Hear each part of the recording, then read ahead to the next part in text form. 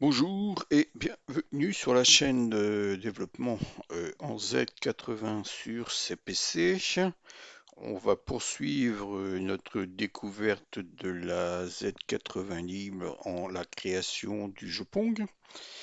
Nous avons mis en place la scène complète du gameplay au niveau affichage.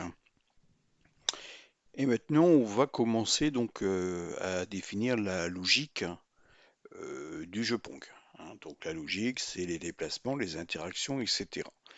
Donc on va voir dans un premier temps les déplacements du paddle, hein, du plieur. Alors on va déjà relancer, voir un peu où on en était.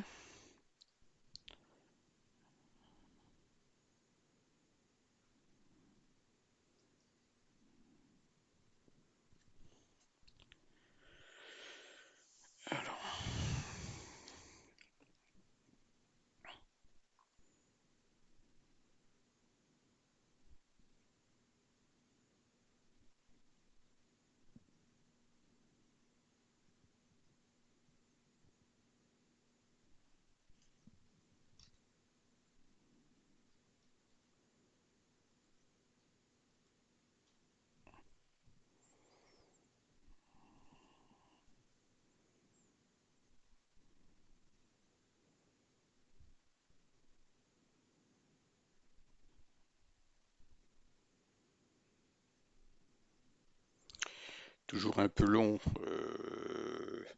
du fait de l'outil de stream qui est derrière.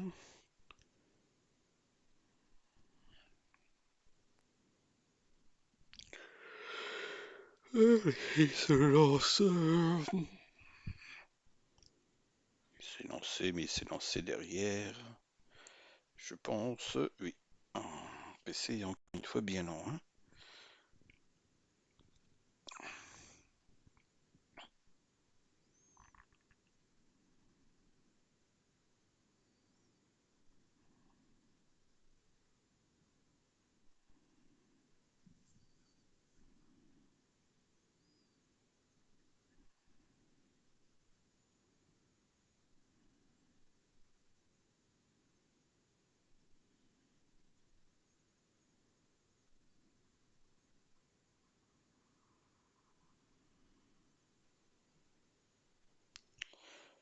Voilà. Bon, où on en était, hein, on avait affiché donc les murs, les paddles, la balle et les scores. Donc aujourd'hui, on va s'occuper du paddle du joueur. Donc le but, c'est de déplacer le paddle dans la limite des murs haut et bas. Et cela, on va utiliser les touches du clavier. Donc on va utiliser sur Caprice la touche A et la touche Q. A pour monter, hein. Bon, là on voit qu'il saccade, mais ça c'est parce que la machine est lente. Et arrivé tout en haut, il bloque, hein. Donc on peut forcer, ça bloque, hein. Et en bas, avec la touche Q, eh ben dis donc, il est vraiment très très lent, hein. Alors bien évidemment, quand on n'est pas en train d'utiliser toute la mémoire de la machine, ceci est beaucoup plus rapide, hein. Allez, on va arriver en bas. Allez, allez, allez, allez, allez, allez, allez, allez, allez. Voilà, vous voyez, et là on peut pas aller plus bas. Alors j'ai regardé si avec l'émulateur, si je mets le turbo à 200%, si on va déjà un petit peu plus vite, hein. Ouais, bon, bah, on ira pas beaucoup. Alors, turbo, alors ici, turbo. Ouais, c'est déjà un petit peu mieux, mais bon. Ouais, ça changera pas grand-chose. Alors, je comprends pas trop pourquoi il est lent comme ça. Mais bon, c'est pas grave. En tout cas, on va voir ceci. On va également faire de la refactorisation, puisque je me suis aperçu que il y a des choses qui, bon, ça fonctionne, hein, ce qui a été fait, mais ce n'est pas forcément la bonne façon de faire. Donc ici, on va ici. Donc, ici, souvenez-vous, on avait été chercher l'entité BAL et l'adresse VRAM, hein. Donc, dans le cadre de l'initialisation, non, on va directement chercher la variable ou l'équivalence de notre calcul qu'on avait fait, hein, ici.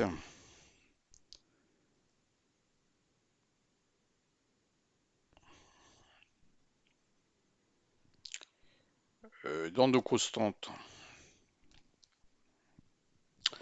Pourquoi il est lent comme ça, ce PC? Ça m'embête ça, parce qu'il est encore plus lent que d'habitude. Hein.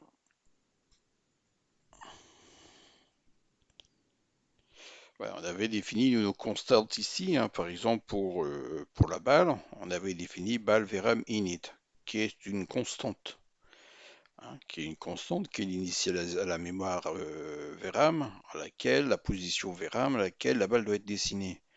Bien évidemment, ici, ben, on vient chercher directement toutes les initialisations. D'accord? Bon, autre chose aussi, c'est qu'on avait créé donc une fonction pour draw les murs, hein. On avait créé la fonction mur draw. Euh, Bah, en fait, la fonction murdraw, qu'est-ce qu'elle faisait? Bah, elle faisait LDA, LDDE, LDB, mdrawlin, LDDE, LDB, mdrawlin. Donc vous voyez ici qu'on a deux fois la macro mdrawlin qui s'affiche. C'est-à-dire qu'on vient dupliquer le code mdrawlin, hein, à ces deux endroits. Donc du coup, enfin, on va, puisqu'on est dans une phase d'initialisation, on n'a pas besoin de vitesse. Donc on va supprimer le mdrawlin.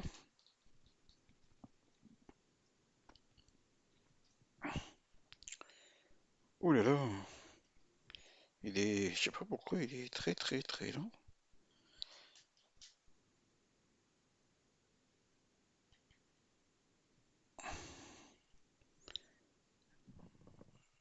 Il répond plus. Allez, alors ici, pareil, hein. Oh là là, qu'est-ce qu'il fait?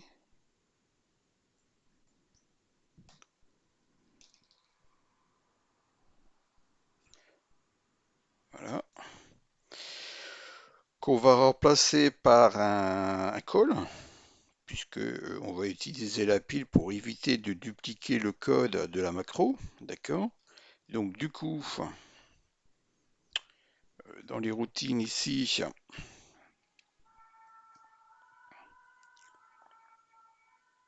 oh là là, eh ben, j'espère qu'on arrivera au bout, parce que là, hein, il a déjà été long, mais là, il bat les records, hein. Donc dans les murs, on a donc créé du coup une fonction, hein, enfin, on a remodifié la fonction qui se simplifie par, s'il veut bien me l'afficher.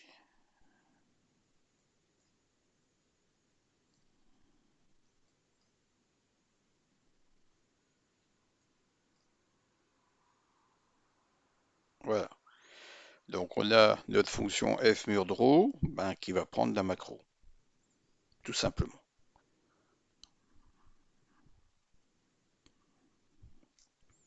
D'accord?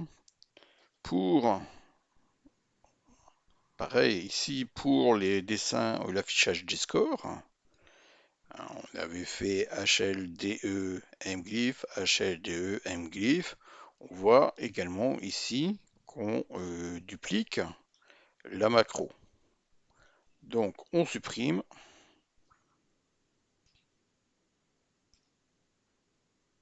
la macro.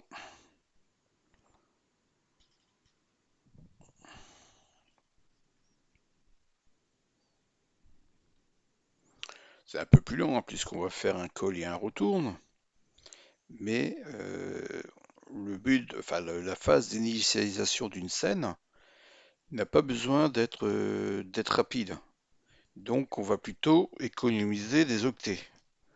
Alors plutôt que de réécrire euh, bah, toute la phase, je dirais, toutes les octets ou le code des macros, on crée tout simplement une fonction, hein, ce qu'on appelle factoriser, hein, tout simplement, hein. Bon, il y a d'autres façons de faire.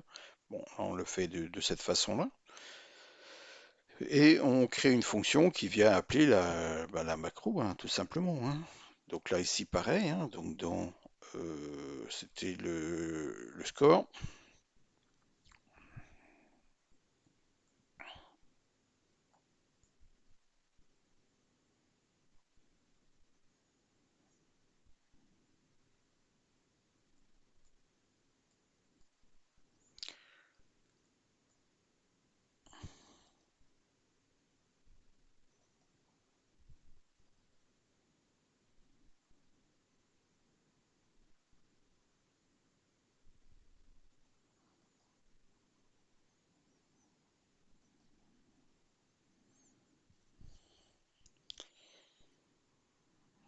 Voilà.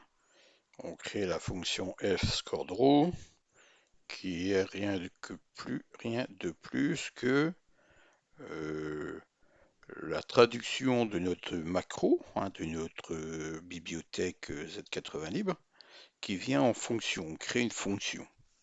Voilà.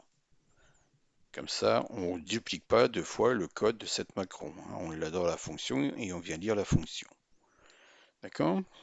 Ça, c'est une façon d'optimiser. Alors, bien évidemment, une fois qu'on a créé et modifié les fonctions, on vient ici les rajouter au moteur, c'est-à-dire à notre fichier gameplay.inc que lui va être inclus dans nos routines de jeu, hein, pour que ces fonctionnalités-ci soient utilisées pour le moteur, hein, et le jeu, hein. D'accord? Donc une fois que ceci est fait, on revient à nos moutons, hein. Nous, je rappelle ce que nous souhaitons faire. On souhaite donc déplacer notre paddle. Alors donc du coup,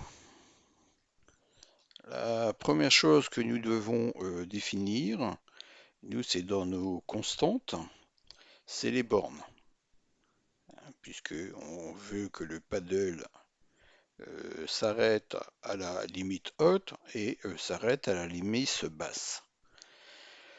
La limite haute, bah, c'est quoi? C'est la taille du mur en haut, hein. On sait que celui-ci fait un bloc, donc 8 pixels, plus un pixel, puisqu'il est juste en dessous il est sur la première ligne du bloc en dessous, hein. On l'avait calculé, on sait que c'est 9 pixels. Et la limite du paddle vers le bas, eh ben, c'est la position Y du mur bas moins la taille du paddle, hein. Bien évidemment, on a défini ici plus bas la position haute du mur et la position basse du mur en hauteur. D'accord? Bon, position haute, ben, c'est un bloc, 8 pixels en mode 0, plus 1. La position balle, ben, c'est la taille de notre écran, moins un bloc, 8 pixels, moins 1. D'accord? Là-dessus, je pense qu'il ne devrait pas y avoir de problématique de compréhension, hein. Donc là, on a bien donc défini, bah, nos limites, hein. On ne veut pas que notre paddle aille en dessus de 9 pixels, en dessous de 9 pixels, et on ne veut pas qu'il aille au-dessus de 159 pixels. D'accord? Donc on veut bien qu'il s'arrête à la hauteur pile poil, au pixel près, juste au mur, hein. Ensuite, une fois qu'on a fait ça, ben, il faut qu'on définisse nos fonctionnalités. Alors je vais les ouvrir pour que vous compreniez.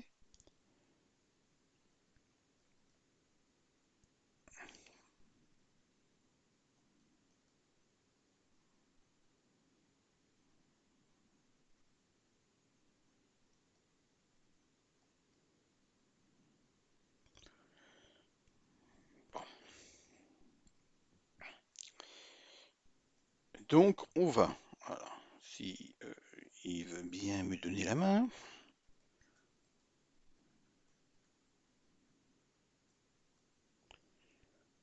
Bon, on va attendre un petit peu qu'il se calme.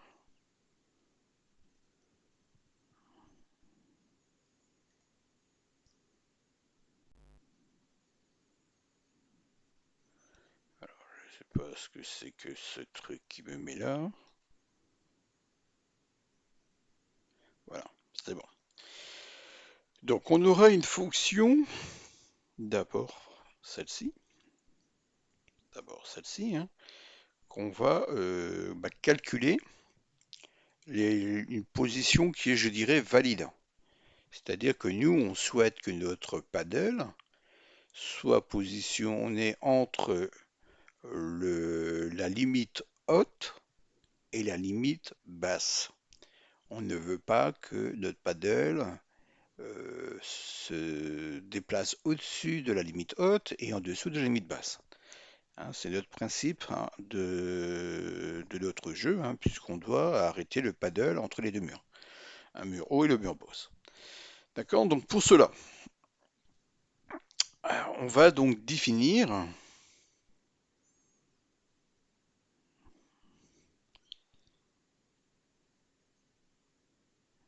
Ah oui, mais avant ça, oui, alors avant ça, ici, voilà. Donc avant toute chose, bien évidemment, il faut qu'on détecte l'appui sur nos touches. Donc on a dit qu'on utiliserait la touche A pour aller vers le haut et la touche Q pour aller vers le bas.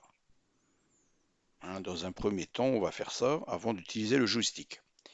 D'accord? Donc on a pour cela une macro de notre Z80 Lib qui permet de pouvoir opérer sur un axe, un D, hein, soit sur l'axe des X, soit sur l'axe des Y, ou sur l'axe des Z, des valeurs en -1, 0, +1. Donc si la touche A est pressée, on va venir mettre -1 dans entité VY. Si la touche Q est pressée, on va venir mettre 1 dans entité VY. Si aucune touche n'est pressée, ça sera 0. Et si les deux touches en même temps sont pressées, ça sera 0 qu'on vient mettre dans VY. D'accord? Donc une fois que notre vélocité en Y est positionnée, sachant que notre vélocité va nous donner le sens de montée ou de descente ou de stop du paddle, on va pouvoir donc ici venir calculer. Hein. Donc pour pouvoir nous calculer, donc on va dans un premier temps faire nos calculs, c'est-à-dire calculer notre vélocité réelle, notre position réelle. Donc pour ça, on va venir chercher notre valeur de notre vélocité qu'on va sauvegarder dans B. On va venir charger dans A notre position Y et on va venir faire une addition. On va additionner notre position Y plus notre vélocité en Y qui va donner notre nouvelle position de notre paddle. Et ensuite, on va venir faire un test sur notre vélocité. Si la vélocité est négatif, c'est-à-dire si le bit 7 est à 1, c'est on se déplace vers le haut. Si on se déplace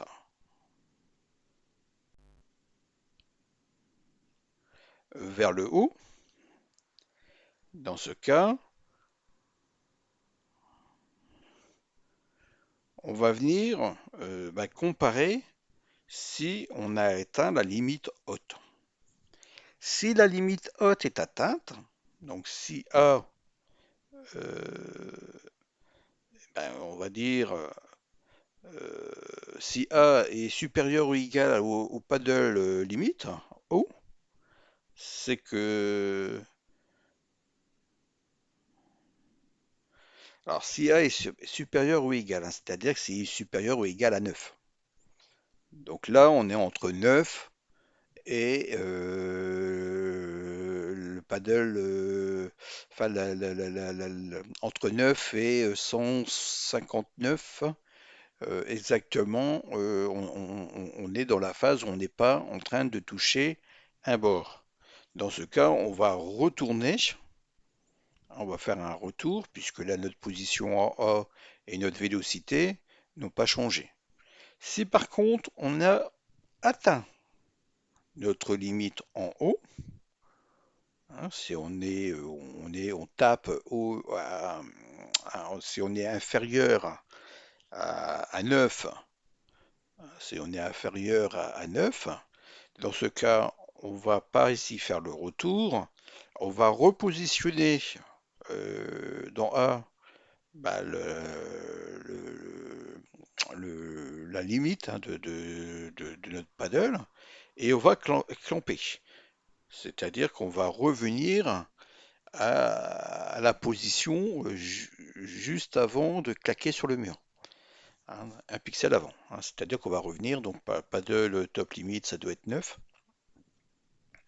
Donc on va revenir 9 pixels à la hauteur de 9 pixels. C'est-à-dire qu'on va vraiment mettre notre paddle contre le mur. D'accord? Hein, on fait ça parce que on clampe. Alors clamper, ça veut dire on vient fixer hein, tout simplement une position. Et là, on va fixer la position à la hauteur, hein, tout simplement, de la limite du haut. Pourquoi? Parce que comme nous, on utilise le clavier, ben, on peut rester appuyé sur la touche haute. Et donc, du coup, on se doute que en forçant un peu, on peut déborder hein, tout simplement la limite haute. Ici, la comparaison de top limite, on peut aller à 8 et de ce coup, on passerait ici. Donc, je suis obligé de lui redonner la bonne valeur, hein, la bonne position en A et donc de le clamper. Donc, si ici, on a atteint une valeur inférieure à 9, je le clampe, je remets la bonne position et je viens stopper le déplacement, c'est-à-dire que j'ai touché le mur. Donc je remets la vélocité à 0, je mets B à 0 et je repositionne la position. C'est-à-dire que j'ai la position, mais je lui dis attention, la valeur de B, on est à 0 et la vélocité, on ne bouge plus puisqu'on est arrivé en haut. D'accord? Si toutefois je suis maintenant dans l'autre sens, c'est-à-dire que le bit 7 ben, n'est pas un 1, dans ce cas, je vais vérifier si je suis arrivé à ma limite basse. Comme je veux être strictement inférieur à la limite basse, donc je rajoute plus 1. C'est-à-dire que c'est ma limite basse plus 1. Si je suis donc inférieur à ma limite basse, c'est que la position est valide. Hein, donc je fais le retour carré ici. Ça veut dire que A contient déjà la nouvelle position et que B contient la bonne vélocité. C'est-à-dire que je suis entre euh, 9 et 159. D'accord? Puisque là, si j'ai le carré, c'est que je suis supérieur à 159. D'accord? Sinon, bah, c'est toujours pareil, hein. Donc je vais refixer la limite basse et je vais clamper. Hein, d'accord? Là, je n'ai fait aucune modification, à l'exception si on touche les limites hautes et bas, de mettre la vélocité à Y, B à 0, et de mettre dans A la position clampée de notre paddle. D'accord? Une fois que j'ai fait ce calcul, c'est-à-dire que j'ai défini ma position, ma vitesse euh, et la vitesse réelle, je peux donc l'appliquer. Et dans ce cas, on a la fonction paddle appli vertical déplacement qui va venir appliquer. Première chose qu'elle fait, cette fonction, elle vient mettre la position à jour, hein, la position Y de notre paddle à jour. Donc là, sur l'affichage, on va se déplacer à la position de A. Donc si la position de A c'est 9, on va mettre le paddle à 9 pixels de hauteur. Si la position de A c'est 159, on va mettre le paddle à la position 159. Ici, on va faire une petite vérification, c'est-à-dire que si on a la vélocité, c'est-à-dire si on a touché un bord haut ou un bord bas, on va venir tout simplement positionner, enfin on va tout simplement sortir. C'est-à-dire qu'on va pas mettre à jour l'adresse de la VRAM, hein, on ne va pas sauvegarder, on ne va pas continuer, puisqu'on est déjà soit tout en haut, soit tout en bas. Donc on sort. Si c'est pas le cas, dans ce cas, on va sauvegarder l'adresse VRAM actuelle dans l'adresse all de VRAM. Donc ça, je vais vous expliquer pourquoi on fait ceci, hein, juste après. Et on va faire pareil. On va tester si le bit 7 est à 1. Si c'est le cas, c'est que on est en négatif. C'est que la vélocité Y, donc B, qu'on a calculé juste avant, qui rentre dans cette fonction, d'accord? Donc si le bit 7 de B est à 1, c'est qu'on est en négatif, c'est-à-dire qu'on monte. D'accord? Et si on monte, dans ce cas, on vient recalculer euh, la nouvelle valeur VRAM dans le registre HL et on sauvegarde en pas de l'entité cette nouvelle valeur VRAM. Nouvelle valeur VRAM où sera affichée la nouvelle position de notre paddle. Si le bit 7 n'est pas à 1, c'est qu'on descend. Donc on vient calculer la ligne en dessous, d'accord, de la position actuelle de notre paddle en VRAM, et on vient le sauvegarder. Comme on fait un déplacement,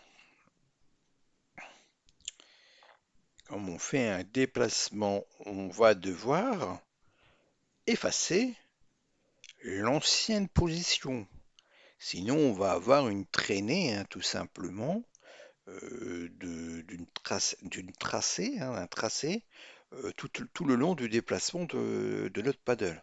Ce que nous ne souhaitons pas. Donc du coup, on va devoir ici sauvegarder notre position actuelle avant de modifier la nouvelle position. D'accord? Donc on vient mettre l'adresse actuelle dans All de VRAM. On modifie soit une ligne au-dessus, une ligne au-dessous au niveau de notre déplacement. D'accord? Et on vient modifier l'adresse VRAM actuelle. Maintenant, il faut effacer ici. Open, voilà. Il faut effacer tout simplement notre paddle à son ancienne position. C'est exactement la même fonctionnalité que pour le draw. D'ailleurs, j'ai même mis ici draw, mais non, c'est pas draw, c'est erase. Pour vous dire, hein. C'est exactement là. Ah, qu'est-ce qu'il va me faire là? Parce que du coup, il m'a. Oh, il est bloqué encore une fois, hein. Qu'est-ce qu'il fait? Ouais, d'accord. CTRL Z.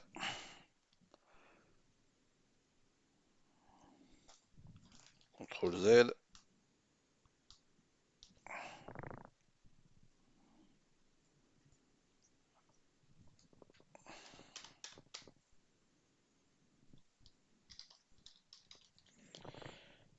Erase.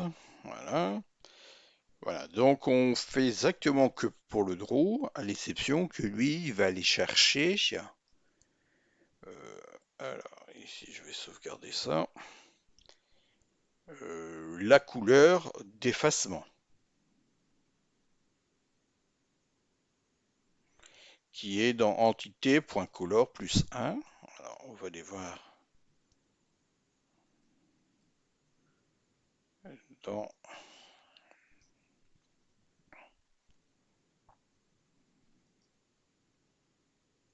les data.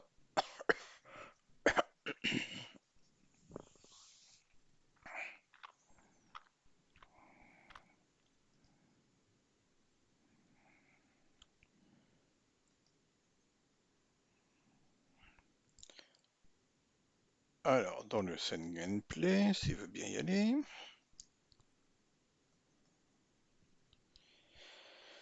Alors, dans nos data ici, c'est dans Paddle, hein.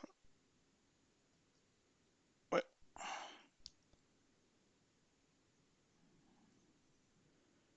dans nos data. Alors, on va essayer de l'afficher là, comme ça.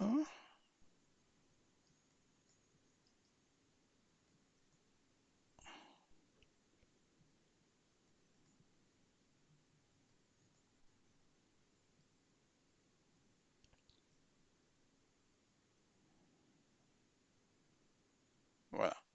Donc, on a mis ici le paddle entité color, donc blanc, et on a défini le paddle. Ouais, j'ai pas mis, hein. Bon, on a défini la couleur noir-noir, hein, qu'il faudra que je définisse ici dans nos constantes. Dans nos constantes ici. Alors, paddle noir-noir. Ah, voilà, il faudra ici noter. Bon, je pense que je le ferai hors stream, puisque là, le PC, il est très, quasiment, répond plus. Donc, je mettrai paddle color, bon, je vais mettre en anglais black et qui vaut 0. Et je viendrai remplacer le 0 par paddle color black ici. D'accord?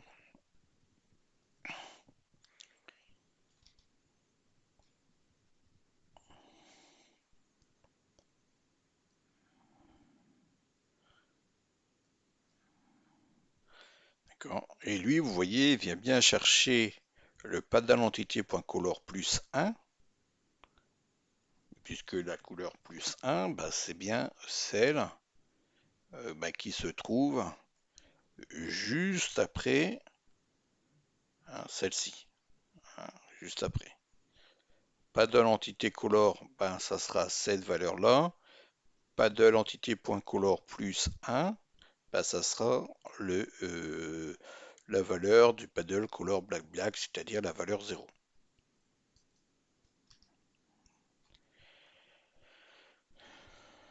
Alors, oui.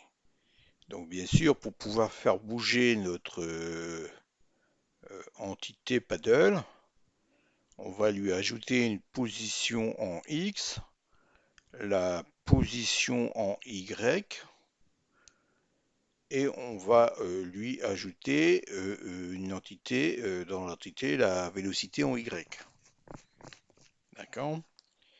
La position X ici, je l'ai mise, mais elle n'est pas obligatoire dans le sens où X est une constante, hein, puisqu'elle ne va pas varier, hein. X, le paddle ne va pas avancer. Tout dépend du gameplay qu'on souhaite mettre en place. Donc pour l'instant, je le laisse. J'ai précisé qu'il était fixe. Pourquoi pas se dire que à un moment donné, si les joueurs n'arrivent pas à se départager, ben, que le paddle avance progressivement. On pourrait imaginer ça aussi, hein. Bon, maintenant on verra bien, hein. Est-ce qu'on rajoute des fonctionnalités au jeu Pong d'Atari de 1972 ou pas? Bon, Bon, je pense qu'on va rester sur la base de la conception telle que était fait le jeu de 1972. On est là pour apprendre, on n'est pas là pour recréer un jeu avec des nouvelles fonctionnalités, hein. On pourra le faire hein, si par la suite.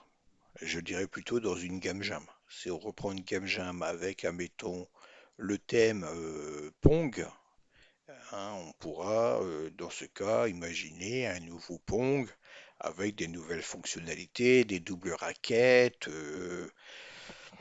par exemple. D'accord? Donc, du coup, comment ça se passe dans notre scène gameplay? Donc, on détecte donc la vélocité, hein. On détecte si on veut aller à haut, en bas ou si on bouge pas. Une fois qu'on a ces valeurs, on calcule la position valide verticale de notre paddle au niveau des murs, hein. Donc si on touche le mur haut, si on touche le mur bas, ben, comme vous l'avez vu, il vient tout simplement modifier la position valide, modifier la valeur de VY, hein, de la vélocité, et mettre B à 0, puisque B, qui est la vélocité actuelle, sera repris dans l'application ensuite du déplacement. Et donc une fois qu'on a calculé les bonnes valeurs, eh bien on vient appliquer les bonnes valeurs. Et ensuite, comme on doit afficher le paddle à sa nouvelle position, on vient effacer le paddle à son ancienne position et on vient afficher le paddle à sa nouvelle position. On efface et on raffiche à la nouvelle position. Voilà.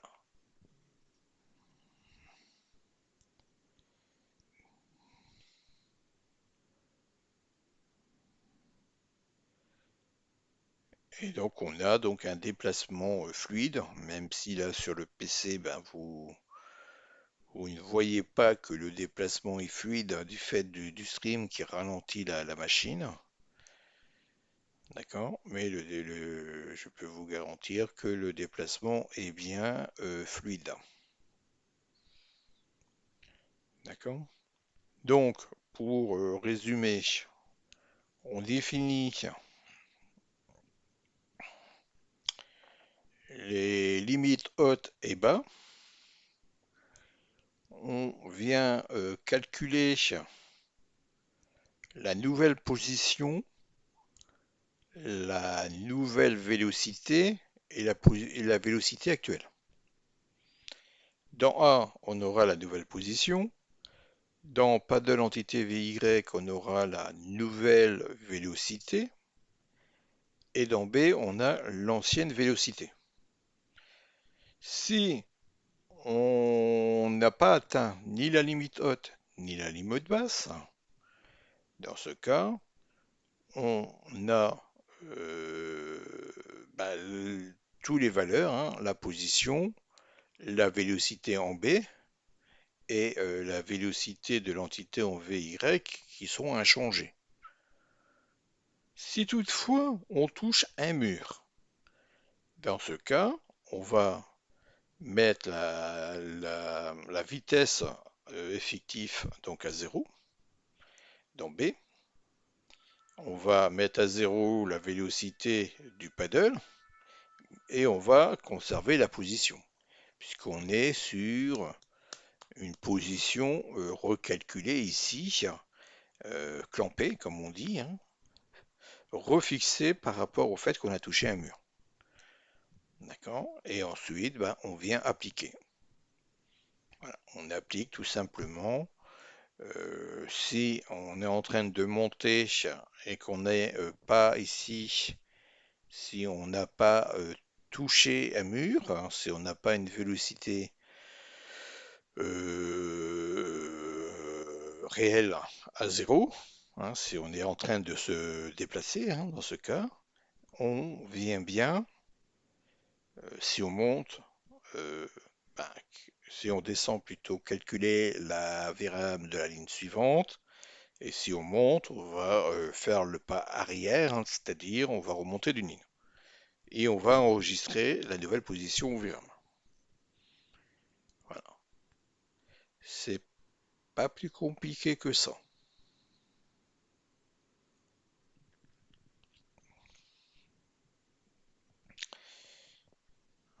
Alors bien sûr, là, ça demande un petit peu plus, je dirais, de, de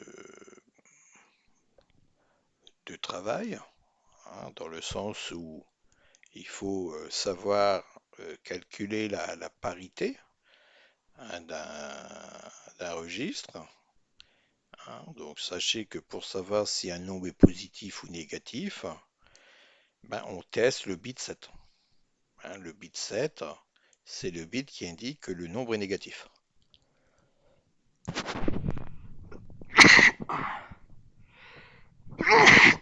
Et ben je fais des rototos, hein, voilà. Si le bit 7 est à 0, on est en positif. Si le bit 7 est à 1, on est en négatif. C'est pas plus compliqué que ça.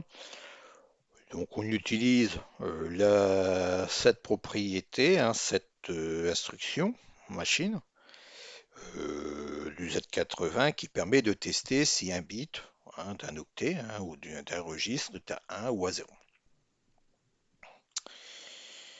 Ensuite, le reste, ben, on l'a vu, hein, on a vu dans les vidéos d'apprentissage sur le Z80, ben, comment on calculait dans la VRAM l'accès à une ligne précédente ou suivante, hein.